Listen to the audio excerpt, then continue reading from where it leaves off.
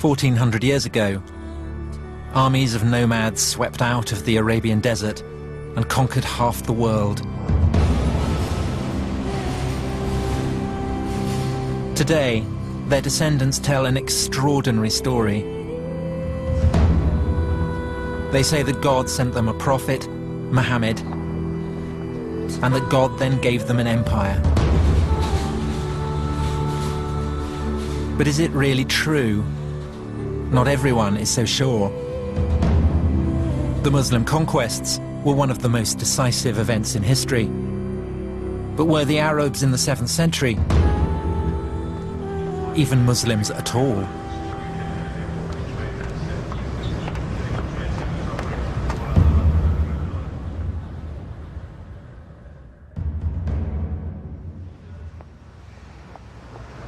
My name's Tom Holland.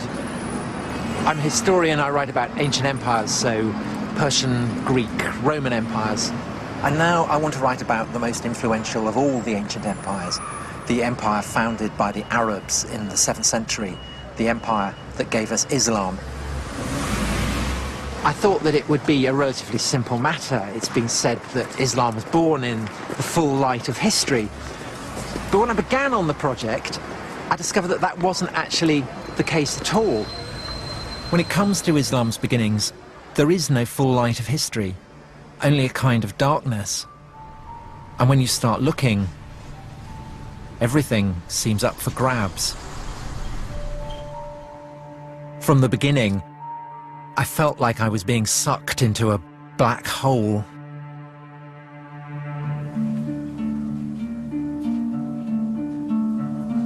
The problem of writing the history of the rise of Islam is that we have absence of evidence, and we have nothing on which to tell a story.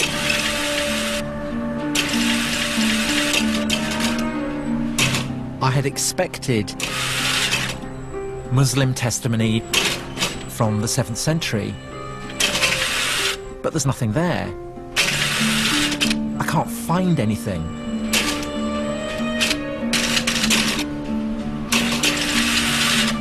There's a problem here. You're delving into the origins of Muslims' deepest beliefs, but where is the historical evidence? Sometimes the belief of the believer and the understanding of the scholar cannot be squared. It's a choice between doing history and not doing history. And so I do the history even though it may hurt people. You have to say things that believers don't say, things that sometimes shock believers, things that sometimes make them very angry. There's a sense of the detective story about it. Why do most of the clues seem to be missing? When the Romans conquered the Middle East, they left behind all kinds of evidence, histories, inscriptions, coins. But with the Muslim conquest, silence. What can we actually say about Muhammad? What do we really know about the origins of Islam? Where to begin? Well, maybe we should start at the beginning of the 7th century. It is 5 minutes to midnight, and the ancient world is about to change forever.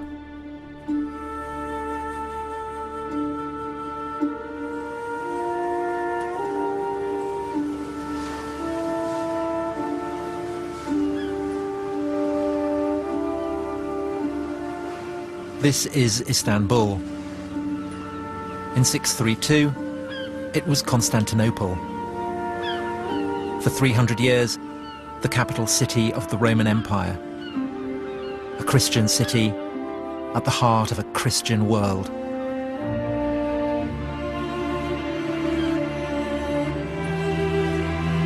A universal religion for a universal empire. That was the Roman recipe for power. An idea fully appreciated by the Muslims when, almost 1,000 years later, they conquered the city and turned the largest cathedral in Christendom into a mosque. We know how and when the Romans became Christian because contemporaries tell us all about it. But what we don't know is how the Arabs became Muslim. Take a journey into the past, and you can't be certain where it's going to end. History is like a labyrinth. Once you're inside, who knows where it may lead?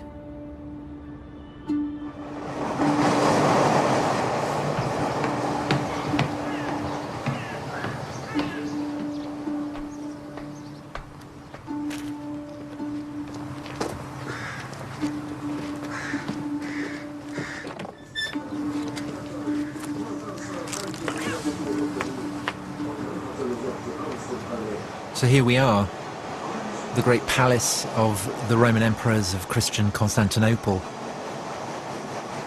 Odd to think that at the start of the 7th century, when Muhammad was still alive, this was pretty much the centre of the world.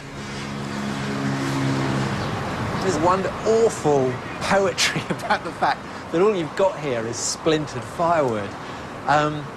Because what this is something that's been smashed to smithereens, and what it preserves just the faintest trace of is what was at the time the hub of the greatest power on the face of the earth. So this is the White House, it's where the emperor lives, it's the Pentagon, it's the heart of the defense establishment, it's the Supreme Court, it's where laws are drawn up and made and issued, all in this one place that dominates Constantinople, the city of Constantine, the first Christian empire, the greatest city in the world. And now it's all gone. And it's in some bloke's garden. You've got the road on the one side, you've got the train on the other. And the only thing to be seen is a cat.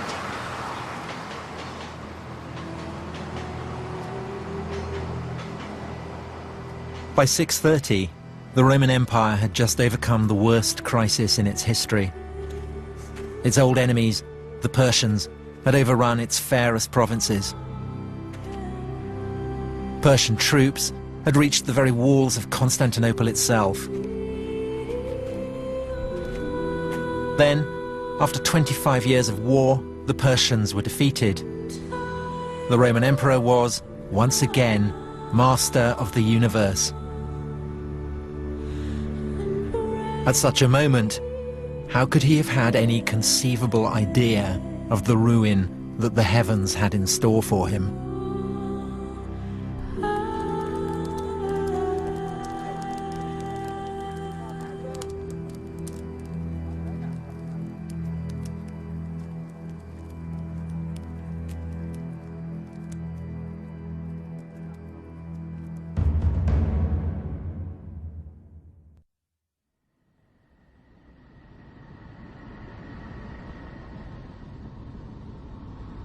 Professor, can someone like myself, who is not a Muslim and who does not believe that God spoke to Muhammad, ever hope to fathom the truth of the origins of Islam?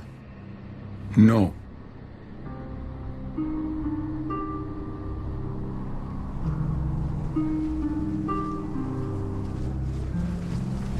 العرب نعم الرسول عليه الصلاة والسلام كان عربيا. Bedouin, the face of the Arab conquest. The shock troops who, in the 7th century, swept out of Arabia and forged a colossal empire spanning half the world. And here in the desert, no one doubts that the conquerors were indeed Muslim. تركوا كل الدنيا، ما فكروا في التجارة، ما فكروا في الحياة، ما فكروا في أبناء، فكانوا يفكروا إني أقتتل أو أن أموت في نص الطريق أو أموت ضيعة أو جوعا أو شيء. لا كانوا يفكروا في هذا، لا في نجاح الإسلام. Everything was for Islam. That's what they say today. The victories, the conquest, the empire. But how do we know Islam even existed back then? ثبت الدين وثبت كل شيء والحمد لله احنا ماشيين على سنة العسل على سنة الرسول. المسلمين هذه كلها من الريف. يعني هذه احنا من الريف الناس.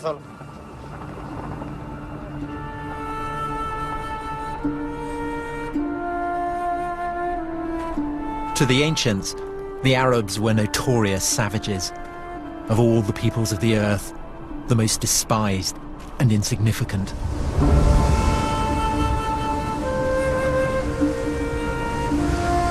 Yet after 10 years, in the first half of the 7th century, they deprived the Roman Empire of her richest provinces, crushed the Persian Empire, and taken possession of most of the Middle East. A staggering achievement. For most Muslims, a miracle. Only God could have made it happen. Bedouin Arabs. They're the margin of history during the Roman Empire. That through such a people, the whole of North Africa and Spain should be transformed in just a few decades, and a whole new civilization created within a century from China to France.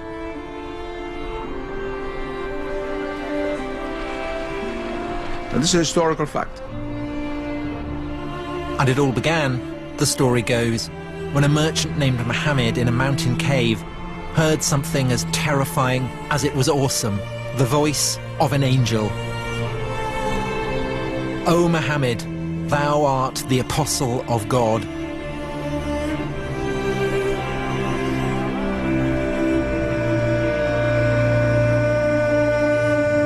God had spoken to the Arabs.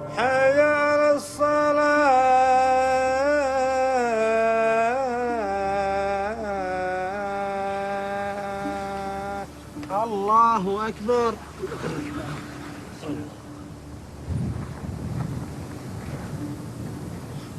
Allahu Akbar. The message was as clear as it was elemental. Allahu Akbar.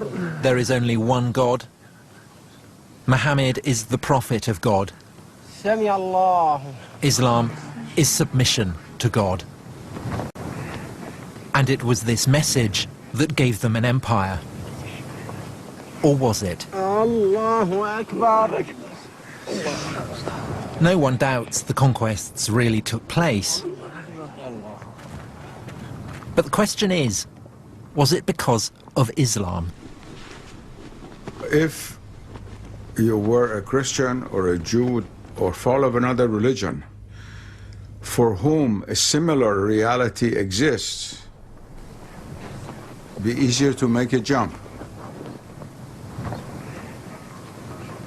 There's a very famous Arabic proverb which says, not being able to know something is no proof that it doesn't exist. But making that jump, taking a leap of faith, isn't as easy as it sounds.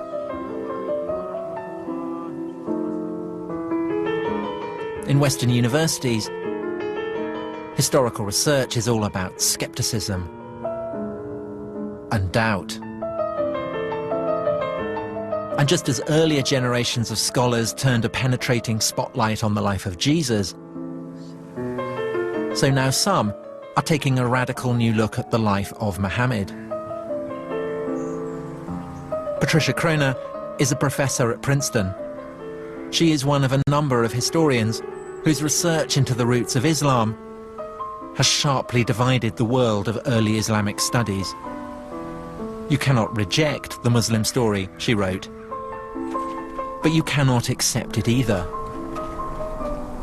The only solution is to step outside of the Islamic tradition and start again. There is a curtain as regards Muhammad that you can't get behind. What do we know about him and his life? Well, we know that he existed. We know that he was active somewhere in Arabia. We know that he's associated with the book, the Quran. He was the one who uttered it. But it doesn't get us to what actually happened, which is what, of course, a historian would like to reconstruct. We have absence of evidence. We have the Quran, and you can't tell the story of the basis of the Quran. We have various early non-Muslim sources. They don't add up to a story. We have nothing. We have this one book out of a nothing. There's complete darkness. But here, that's not the way they see things. The Bedouin think they know everything about Muhammad. His character, his wives, even his favorite food. This is a whole world founded on stories of Muhammad. كان يعيش الرسول على الجمال، وكانت هي الوحيدة الذي يتنقل عليها البدو والأجمال والإسلام، وإحنا على هذه نعيش ونتحمل الصبر إن الصبر كويس، ونصبر على الماء على الظما والأكل والجوع. ولكن هذا يعاني فيها الرسول وكانت الجيش لأجل الإسلام، لنصبر هذا الصبر، لنقطع هذه السحاري، لننشر كلمة الإسلام إن شاء الله.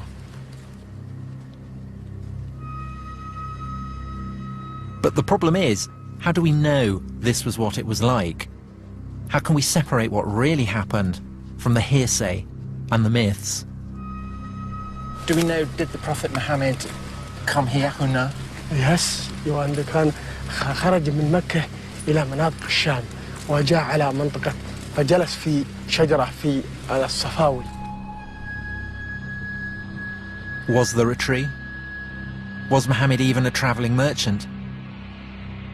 The evidence is almost non-existent. The earliest biographies we have were written nearly 200 years after Muhammad's lifetime. In most religions, the tradition was handed down through oral history for millennia. This is put aside. That was called positive history. The oral tradition is completely negated. Well, oral tradition means that you remember what you want. Some of it must be history, and most of it is clearly not history. It's just that they have been reshaped, rethought. They have been taken out of their original context, serving new functions. They've been cleaned up by all kinds, or cleaned up or messed up, if you like, by all kinds of interests that people have in the memory. If supposing there is no written text of the time of the Prophet mentioning his name, the same is true of Christ, the same is true of Moses. That doesn't mean anything, because there's always the oral tradition. Sometimes if you have other sources from other points of view, you can suddenly see what it is that's been changed, and then when you can see that, you can also see why it has changed.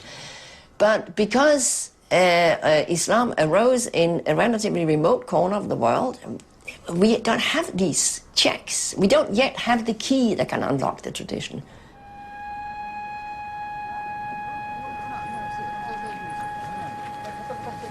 I came here to get close to the tradition. And when you're here, you can feel its weight. It's in the air. It's palpable.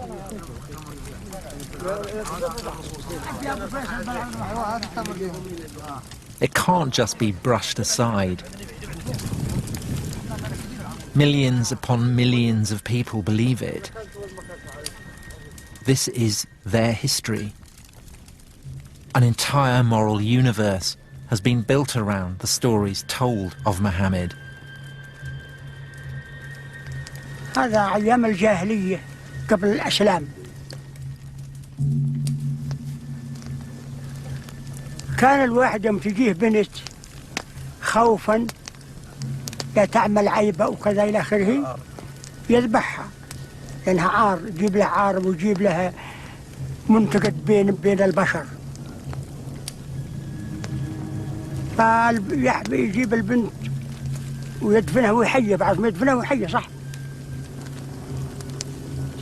عمر بن الخطاب له بنت وجابها وده يدفنها، حفر لها وده يدفنها، جاء الرمل على شاربة من هون، جابت بيدها قامت تقول بالرمل كذا مشي عن مشي، حفر لها ودملها. جاء سيدنا محمد صلى الله عليه وسلم أوقف كل الأعمال هذه.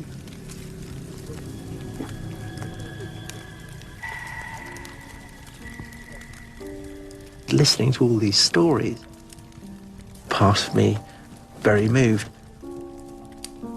The other part of me was wondering, well, how do you know this? Where do these stories come from? Are they really true?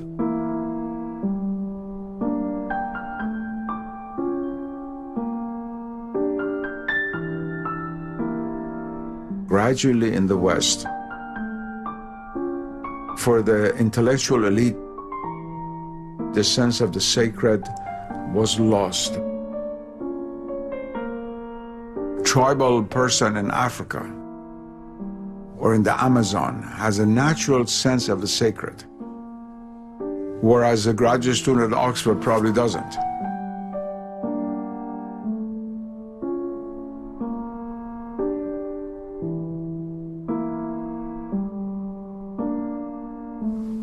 الله أكبر.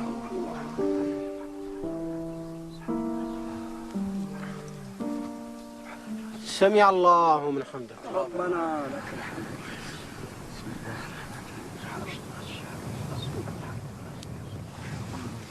الله أكبر. الله أكبر. سبحان الله. الله أكبر. الله أكبر. يا رحمة الله. الله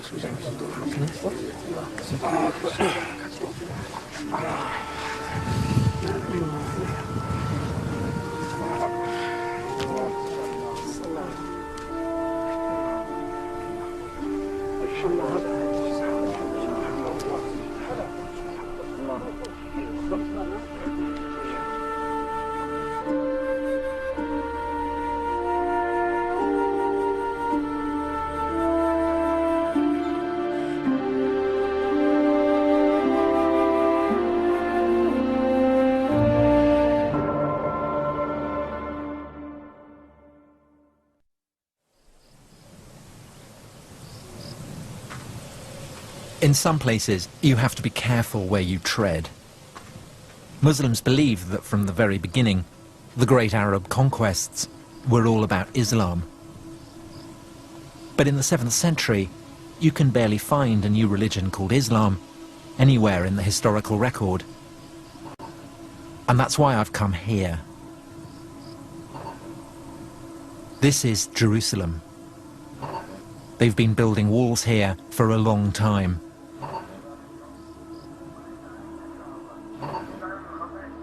But they've never built a wall yet that could keep people safe forever.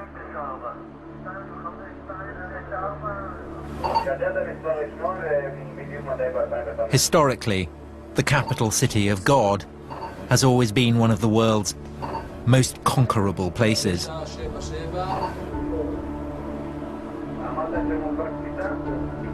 Here, if anywhere, in the one-time world of the Roman Empire, the 6th and 7th centuries live on. The same intensities, the same anxieties.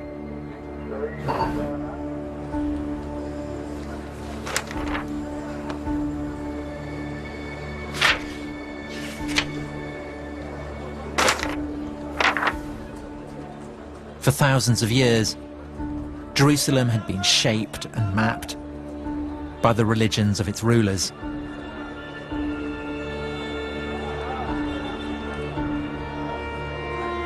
When the Jews ruled, they built a gigantic temple which dominated the city. Later, when the Roman Empire became Christian, Jerusalem was transformed into the world centre of Christian pilgrimage. Look at the street plan now, and you saw a map of a Christian world. The Jews were gone, airbrushed out of the picture. The Romans constructed a new Holy of Holies, the Holy Sepulchre, a vast cathedral raised over the traditionally accepted site of Jesus' crucifixion.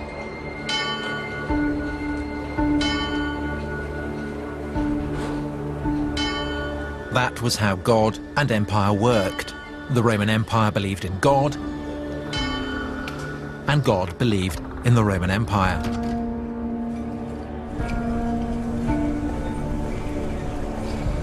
But then, in the year 636, God changed his mind. Arab marauders appear outside the walls. Sophronius, the city's bishop, writes that it is too dangerous to leave. The Arabs were closing in, and there was nothing people of Christian Jerusalem could do about it except to stay where they were, look out from their walls, and await the arrival of the Arabs.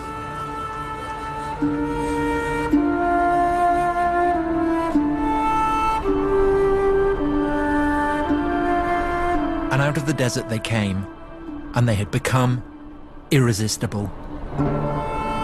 In 636, they beat a Roman army at Yarmouk.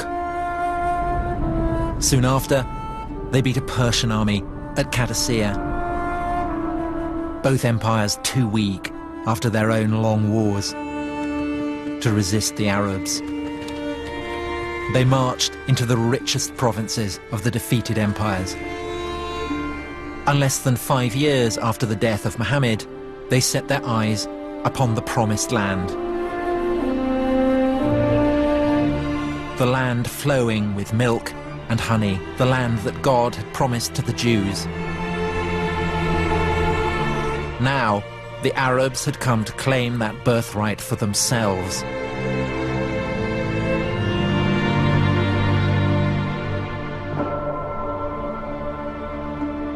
The children of Israel had made it a Jewish land. The Romans had made it a Christian, holy land. If the Arabs did arrive with a new religion, then we should be able to find its imprint here.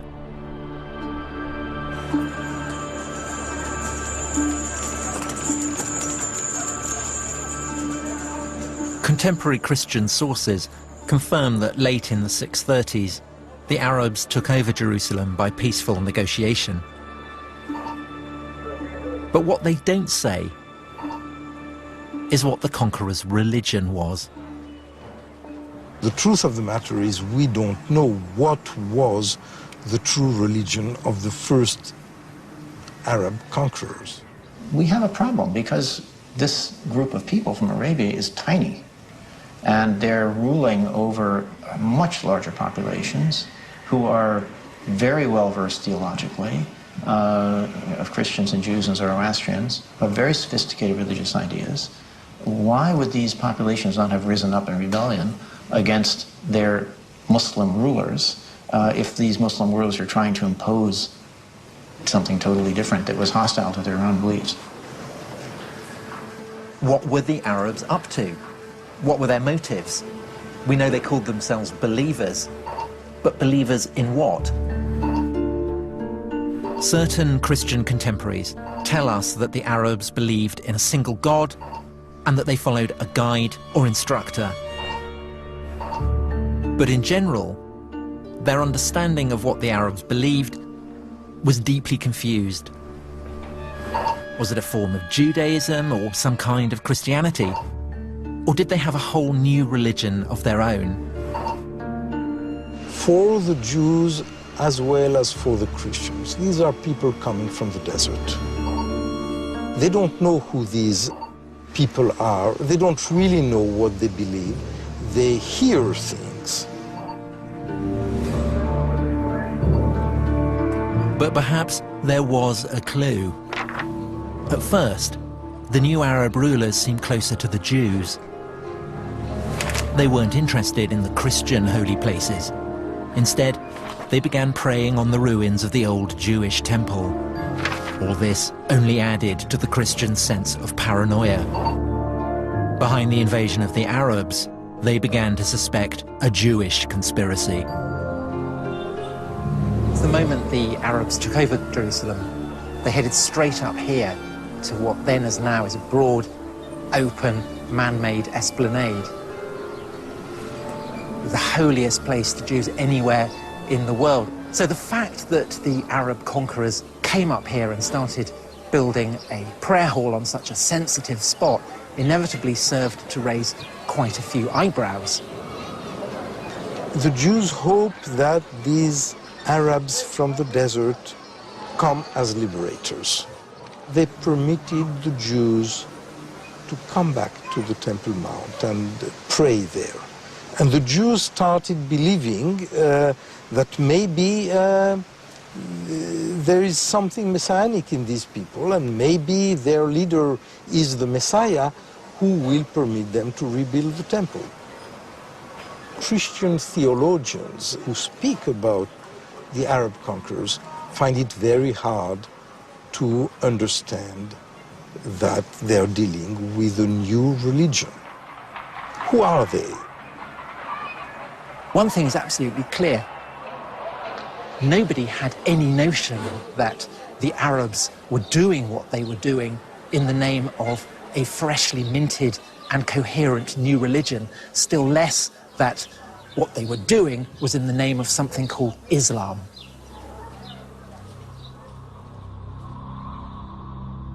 So did Islam even exist in those early years after Muhammad? In Jerusalem, 30 years after the conquest, it was business as usual. There were Christian pilgrims in the streets. The churches were full. Ancient religions were practicing their ancient rites. But where was the prophet in all this? 30 years after the death of Muhammad, here in Jerusalem, an Arab warlord called Muawiyah was hailed as leader of the new Arab Empire. But if Muawiyah was a Muslim, then he showed precious little sign of it. The astonishing thing is that nowhere, not on his inscriptions, not on his coins, not on any of his documents, is there so much as a single mention of Muhammad.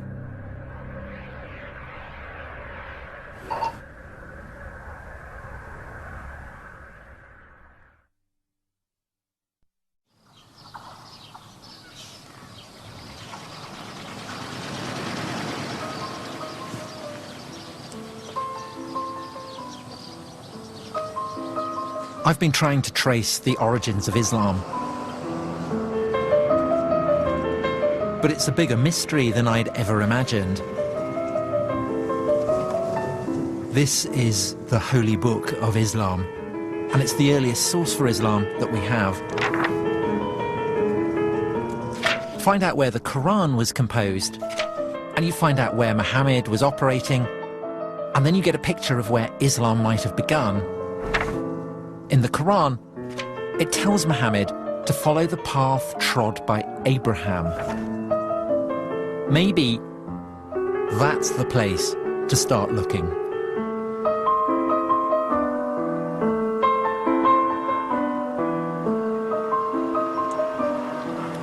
I'm in Hebron, which is a town on the West Bank, and I'm currently in a Jewish settlement. But Hebron is also very much a Palestinian city, and so the atmosphere is probably as tense as it is anywhere between Israelis and Palestinians. There are Israeli soldiers here with very large guns. And what they're guarding is this, the burial place of Abraham.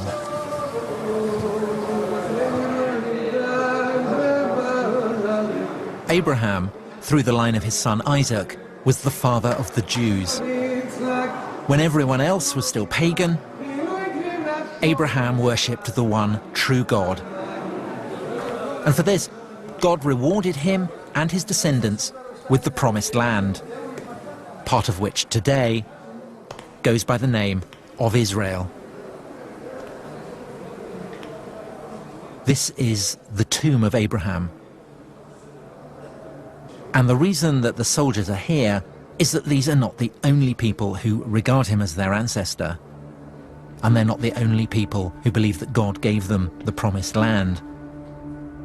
On the other side of the grill are Muslims, and they tell a different story.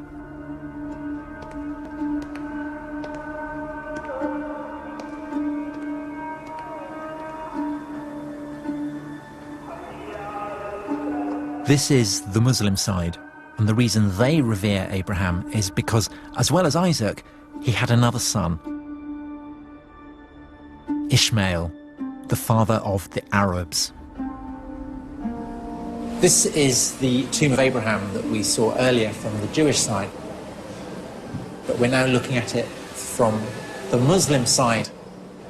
The significance of Abraham and this association that was made between Arabs and Ishmaelites, the children of Ishmael, is actually much older than Islam itself. It remains central to Islam to this day. According to Muslims, Abraham is their prophet, and the religion he founded was not the religion of the Jews, but Islam. And in the Quran, we read that Ishmael helped Abraham to build a house of God at a place called Bakkah. Neither the Quran nor any contemporary source actually specifies where Bakkah was, but Muslims now would have absolutely no doubt that Bakkah is another name for a place deep in the Arabian deserts. Mecca.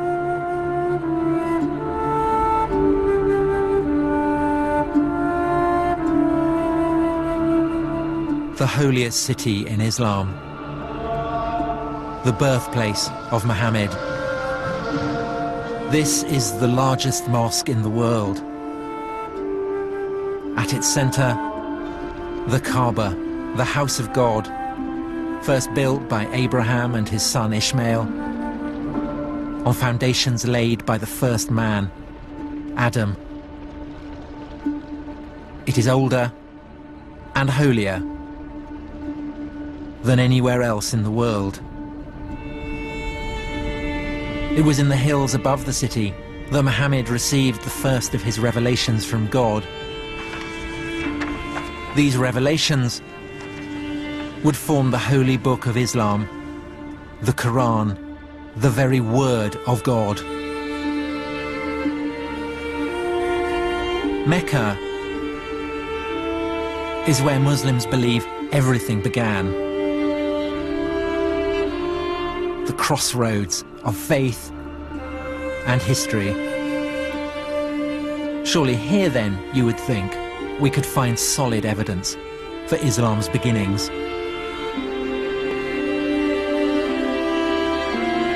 But there is a problem.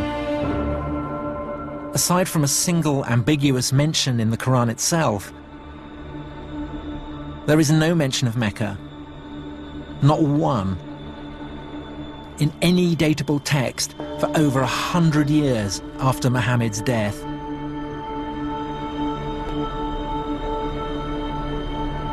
How can we know that Muhammad does come from Mecca?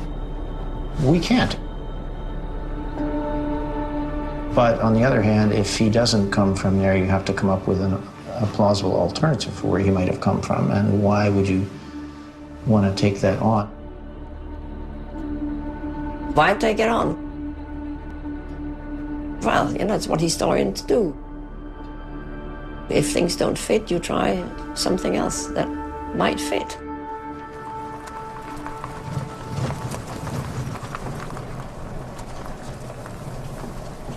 go. So this is it? Yeah, here we are. In the Quran, the faithful are instructed to pray in the direction of a holy sanctuary. But what it doesn't ever say is that this sanctuary stood at Mecca. And to some archaeologists, a few early mosques suggest something different. We're talking about one of the earliest examples we have of a mosque. And you date it 100 years after Muhammad? Somewhere within 100 years or so. Because here, as we go into it, you can see... This is it? This is it, yeah. This is the mosque? This is the mosque. And what you can see here, we have an apse which is not facing Mecca. It's not facing the south. It's actually facing towards the east, towards the sun rising. This is an example of the time before the direction had actually been preferred towards Mecca. So the implication of that is that at this early stage of Islam, the focus of prayer has not yet been absolutely fixed. The direction of prayer had not been well established yet. So it's a bit like the concrete hasn't yet set. It's that you can still play with it, you can still fiddle around with it, you can experiment with it. Very much so. Mm-hmm. Yeah. Wow. Not a decisive clue, perhaps. But it is suggestive that even though there are no Muslim sources, there are reports from Christian writers of the time that the Arab conquerors bowed their heads in prayer not in the direction of Mecca, but in a quite different direction, somewhere further north.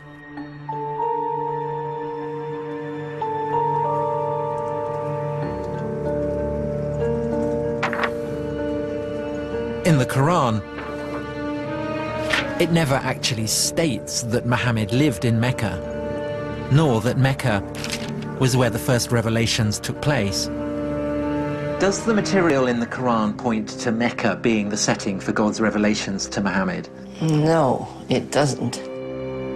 I mean, there is mention of a sanctuary. There is a sanctuary, for sure. But where is that sanctuary?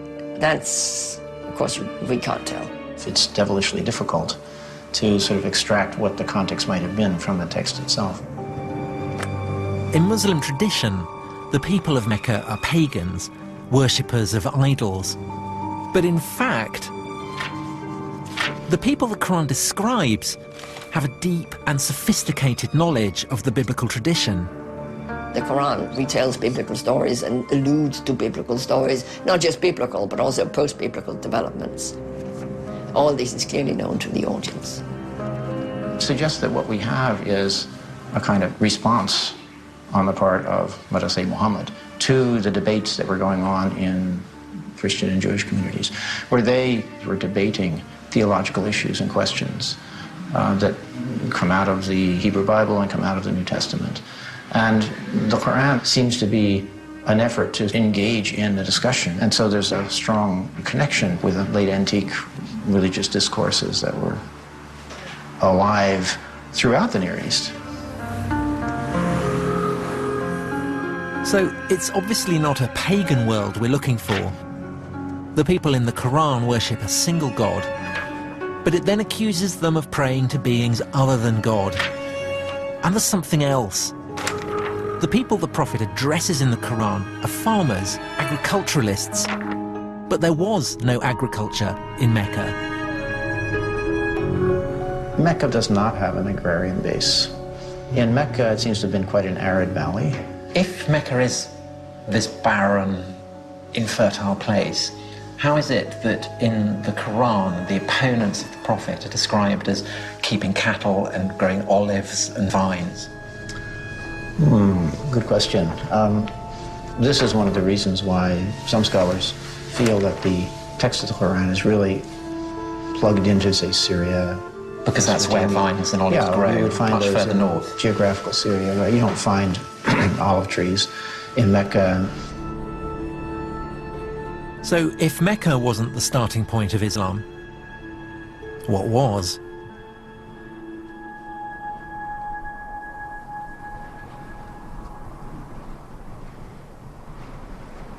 If you're following the clues in the Quran itself,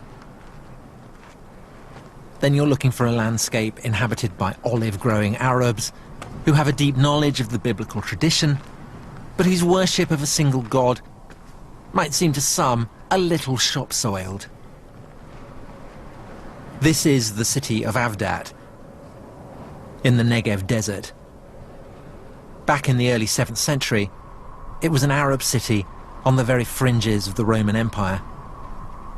Nominally Christian, but with hints of a recently pagan past.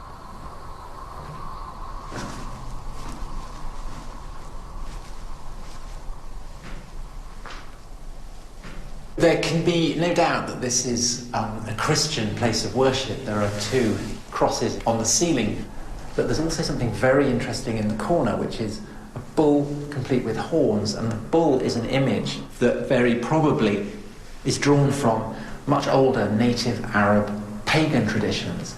That doesn't mean that the Christians who built this were themselves pagan, but it does mean, I think, that they are giving their monotheism, their belief in a single god, a little bit of pagan colour. And that essentially is the crime that Muhammad in the Quran seems to be accusing his opponents of.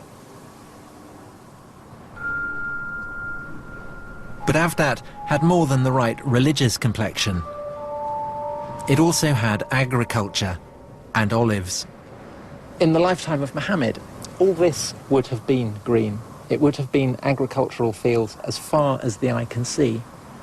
Archaeology leaves no doubt that there was a sophisticated irrigation system here that really did make the desert bloom. And so while that doesn't mean that this Avdat is the actual spot where the Quran was composed, it does imply, I think, that the region as a whole seems to fit the wider context of the Quran better than somewhere much further south in the arid region of Mecca.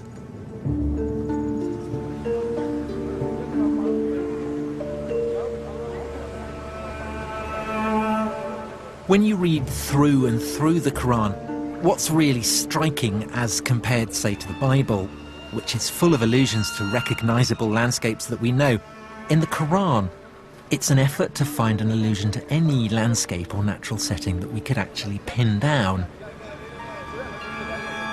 In fact, in the whole of the Quran, there's really only the one exception. Not far from Avdat, a strange hint about where the Quran might actually have come from. We are on the southernmost shores of the Dead Sea, between what is now Israel and Jordan. Lot was the nephew of Abraham, and he went to settle down in a city called Sodom.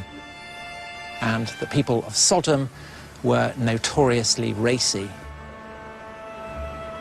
Unsurprisingly, this provoked the wrath of God. He destroyed his city, and this is said to be the remains of Sodom, where the anger of God was poured down upon it. And the Quran. So also was Lot among those sent by us.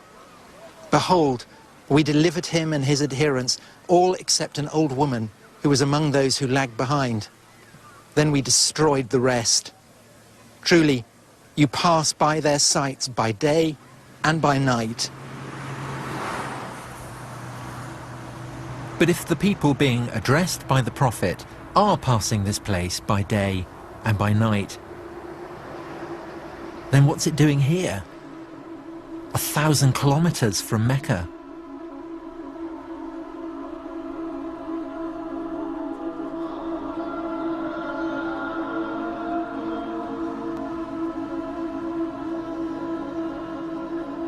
In terms of someone who is looking for clues, you are very much in the situation of someone who is panning for gold. And I think that this passage is just one little fleck.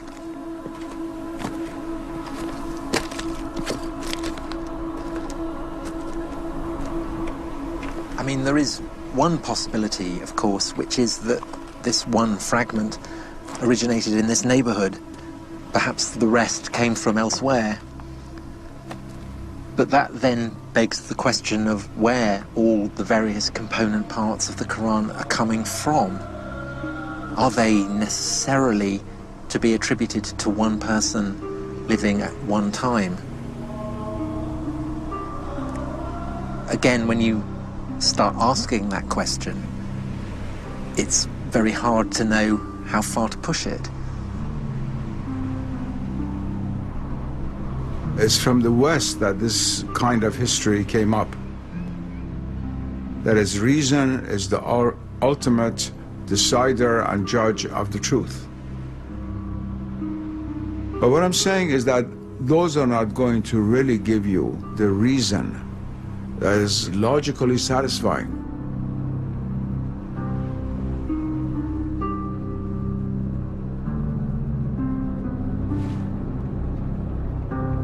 Where do you think the likeliest place of its origin? Well, that I don't know. That I don't know. I don't think I should speculate on that. Okay, all right. Okay. My greatest fear is that I'm completely wrong. I do sometimes wake up in the middle of the night and think I've got it completely wrong. Once the world is reduced to a mechanical world, then all other levels of reality lose their status as being real. And they're relegated to the realm of so-called superstition. And what is not seen is considered not to exist.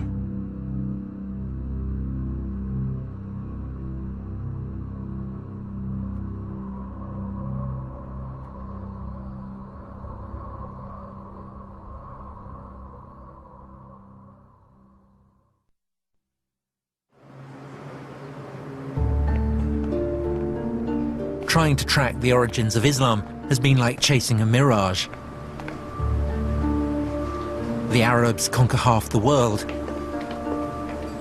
but they don't talk about Muhammad. There's no mention of Mecca. So what do they do in detective stories? They follow the money. Any of these? What's the first coin that actually mentions the name of the Prophet Muhammad on the coins? Do any of these coins mention Muhammad by name? With Muawiyah. Yeah, but is the name of the Prophet Muhammad mentioned? No. Every coin tells a story. Every inscription conveys an idea of power. But sometimes what's not on the coin can be just as significant as what is. It would be nice to see the earliest coin that mentions Muhammad. The earliest coin that has Muhammad. Has the name of Muhammad. They don't have it, but because it's odd that we're 60 years on from the death of Muhammad and no mention of Muhammad. For nearly 60 years, the rulers of the Arab Empire didn't put Muhammad on their coins, and then they did. Maybe 60 years was what they needed to work out what the story really was. Maybe the issue isn't why Muhammad was not on the coinage at the beginning, but how he got there in the end. What if I've been asking the wrong question?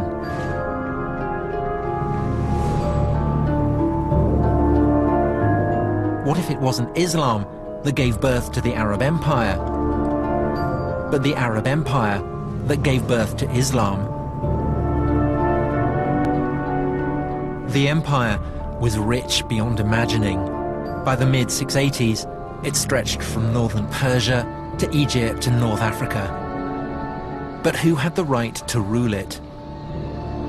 A vital question on which the Arabs could not agree. And with so much to play for, they began to turn upon themselves.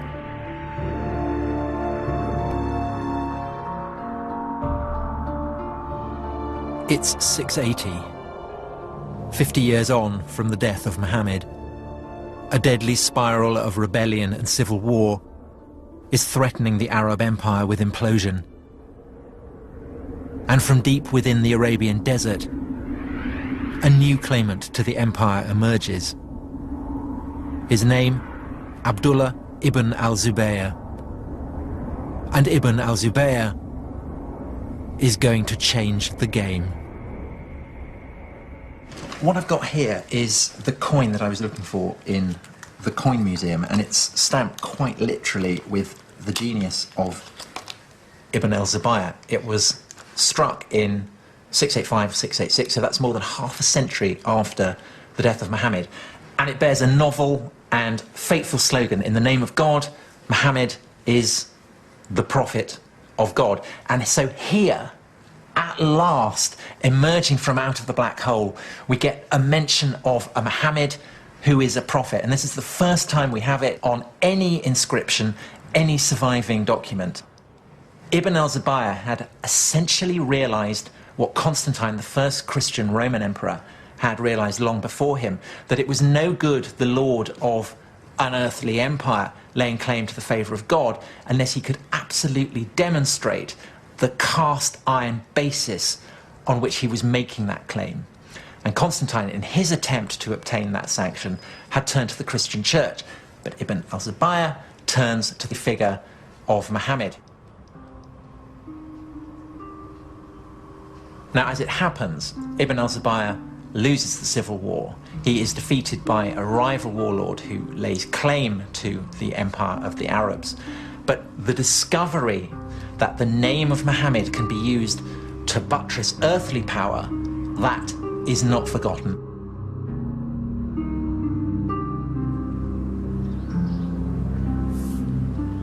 The civil war had been a very close-run thing. And the victorious warlord, Abd al-Malik, had no intention of ever again allowing Muhammad's legacy to fall into the hands of a dangerous rival. The Romans had known all about religion and power. When they had become Christian, they had redrawn the map of Jerusalem. Now, Abd al-Malik set about fashioning a holy city of his own.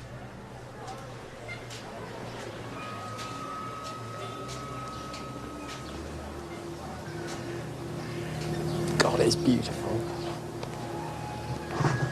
The Dome of the Rock. It's the oldest Islamic building in existence. In design, it was Roman. And Abd al-Malik was doing something else that was Roman, plugging his dominion into the power of God. On the walls, there is an unequivocal mission statement.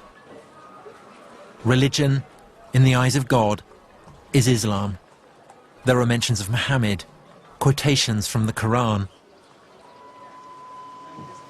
At last, something that we can recognize unmistakably as a new religion.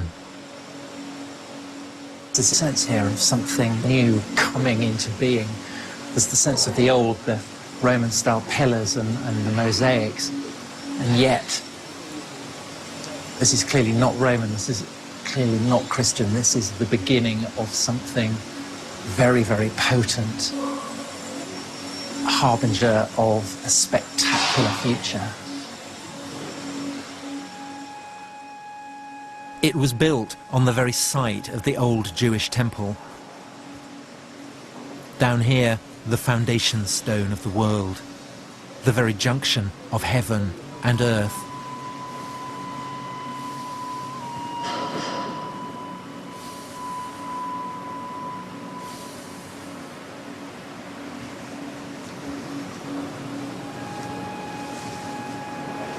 This is quite possibly one of the most awesome places on the entire planet.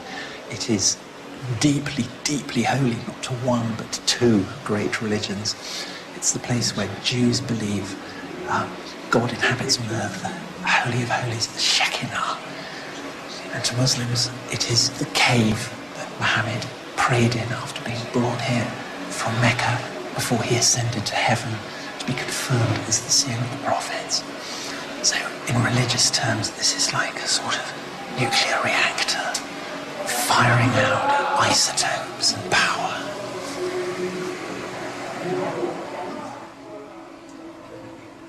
is certainly a very grand statement that we Muslims have superseded you Jews. And we have superseded you Christians by being filled with inscriptions directed against Christian Trinitarian beliefs. So it is Muslims saying, we are here, we've come to stay, and we are the winners. Abdul Malik now rules his empire as the deputy of God, just as the Christian Roman emperors had done. And like the Roman emperors, he has built a house of God in Jerusalem. But Abdul Malik, Lord of Jerusalem though he is also an Arab. Perhaps for Arabs, Jerusalem, for all its ancient and unrivaled potency, owed too much to the Jews and Christians to stand alone as the holy city of the new Arab empire.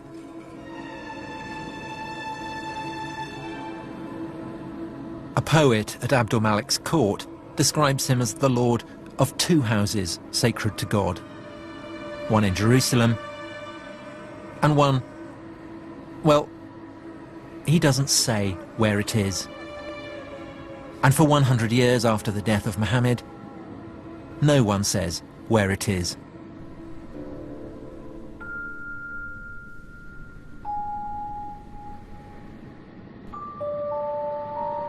All sources go on calling it a place in the desert.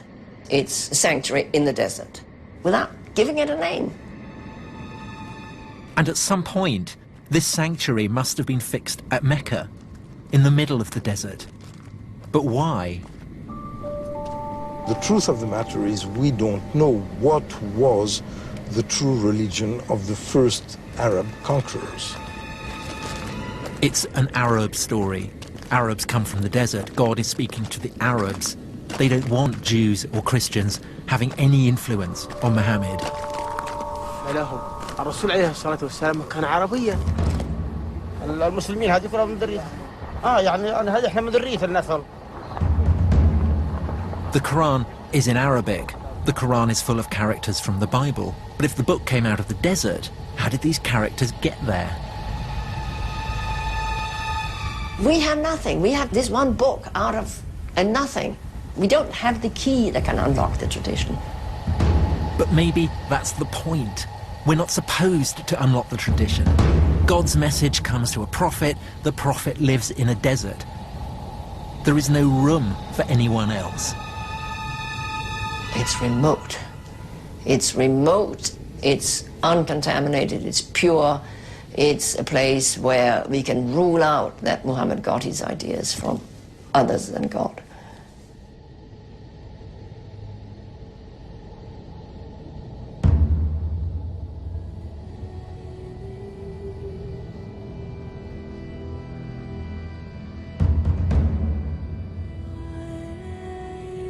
It's interesting that this rationalistic history is very weak in being able to provide causes for certain effects. Not being able to know something is no proof that it doesn't exist. You begin by looking in the record, and all you find is emptiness. And you end up in the desert, and all you see is emptiness. But perhaps the emptiness is the answer. Maybe Mecca gave Islam what it most needed. A blank sheet where Muslims could put their prophet beyond the reach of history.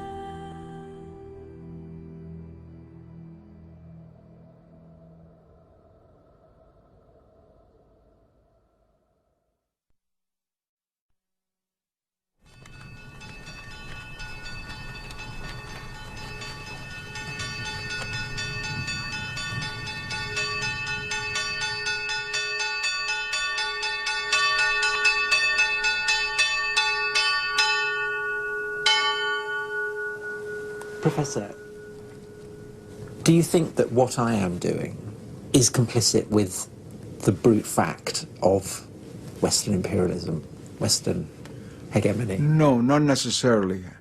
As long as you remain aware of what you're doing. If you come as a Western scholar or historian, and in all honesty, present what your worldview is, and let's say when I look at the Islamic world from this paradigm, this is what I see, and bring out why this is different from how Muslims see themselves, that I think is a very honest effort, and is a good effort. But if you try to act as a doctor to a child, take this medicine, is good for you, you don't know, you're eating the wrong thing, this is how it should be, that's where the problem begins. And the Muslim world is not going to accept that.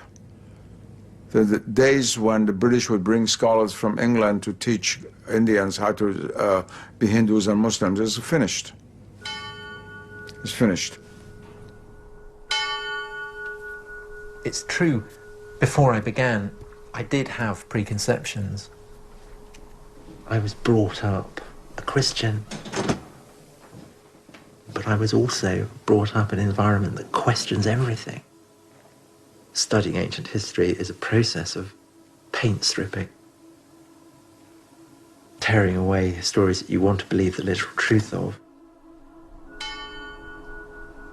This is supposed to be Mount Sinai, where Moses saw the burning bush, where God gave him the 10 Commandments. But there's no historical evidence for any of this. Christian monastery, Roman fortifications, the old partnership, God and empire. Between them, they turned this place into Sinai. In my heart, I want to believe it, but my head won't let me. We believed that there was a living tradition kept by the people here, that this is where God had revealed himself in an extraordinary way. How much would it matter if it turned out that this wasn't the place where Moses had received the 10 Commandments? But the spiritual encounter with God is more important. The reality is there, even if your eyes aren't open to see things in actuality. God is always present, but you're not aware of his presence. Ultimately, the city of God matters more than the city of man. Yes.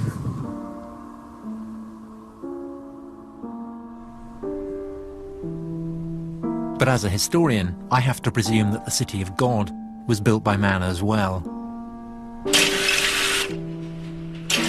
I wanted to map the human past in human terms, to make a map that fits the facts.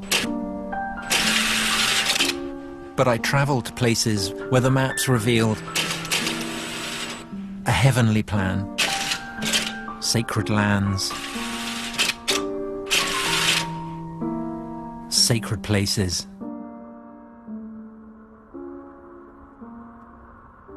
A world where you don't have to believe in God to feel the power of God.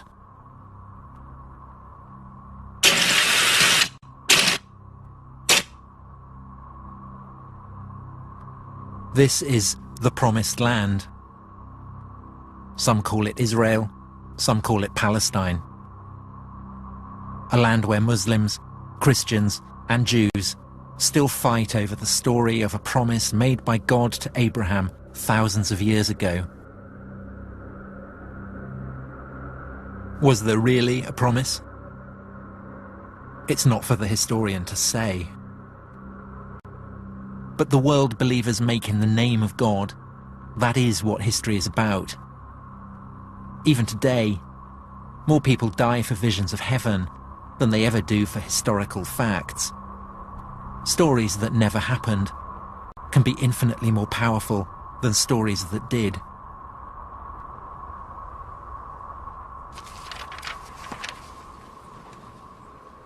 I set out to write the story of the beginnings of Islam. If you're a Muslim, then there's no problem.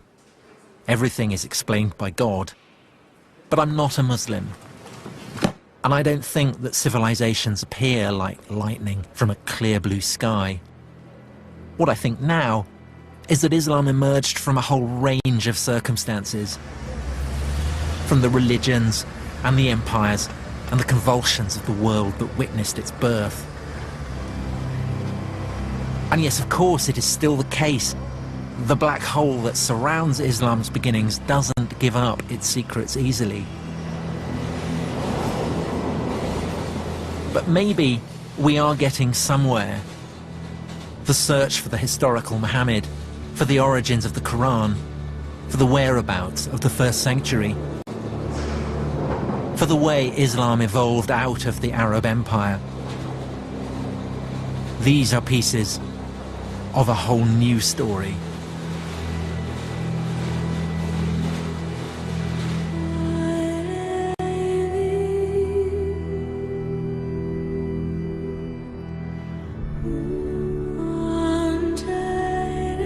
Tomorrow night the wait is over. The Paralympic Games opening ceremony kicks off at 8. It's shrouded in secrecy, but I can tell you in all probability it won't feature Timothy Spall in a hat like the other one.